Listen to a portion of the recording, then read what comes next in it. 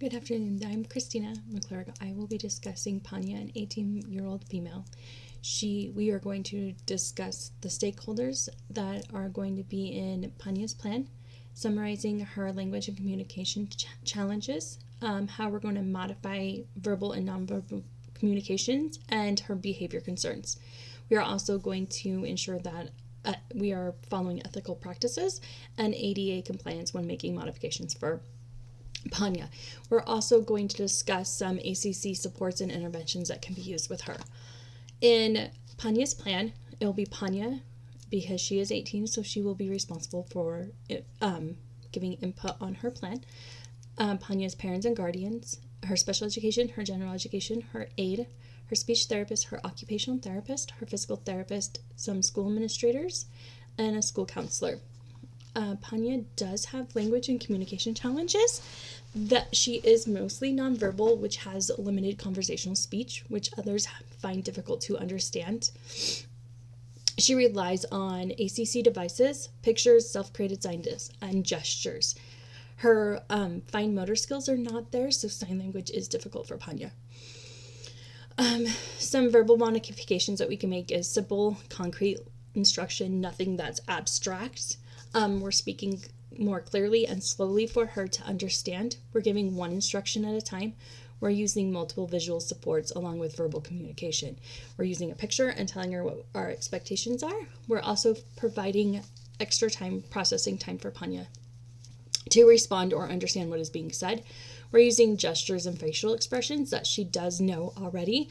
And when we do implement it, we're not going to use that gesture or that facial inspection until she has it and is able to understand it. We're going to implement visual and schedules and cues. We're going to use social stories to explain new situations and expectations of Panya.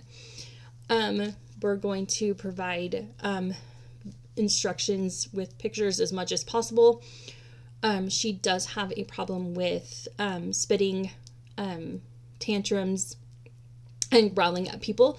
So some behavior modifications, we're going to have it structured. Routine as possible. It's predictable. There's not any changes. If there is changes, we're going to let her know of those changes before that process happens. We're using multisensory teaching approaches. We're breaking them into smaller pieces that are more manageable for Panya to complete.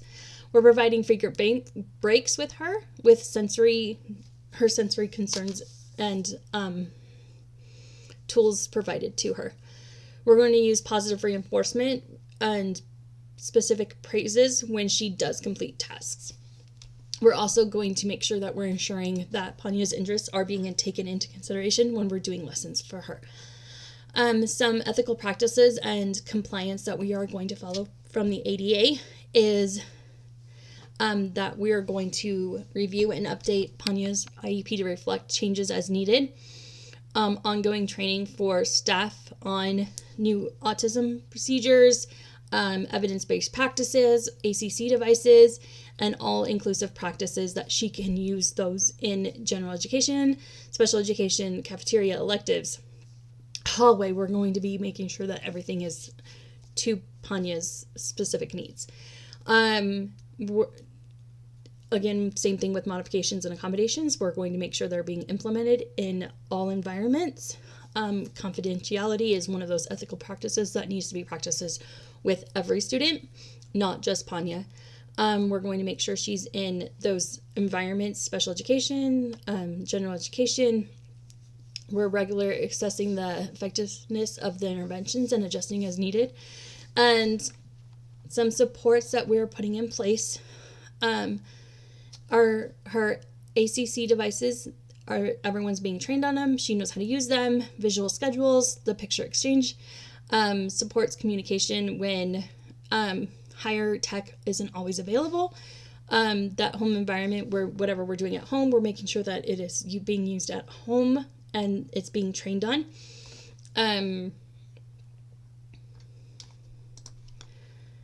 Visual schedules, social stories, emotional cards, choice boards that are personalized to her and her needs. A core vocabulary board that is more available in all environments. Technology isn't working. that vocabulary board, she'll be able to still communicate. And one thing we are going to be working with Panya on is her advocacy. So we're going to implement communication passports with her, communication cards.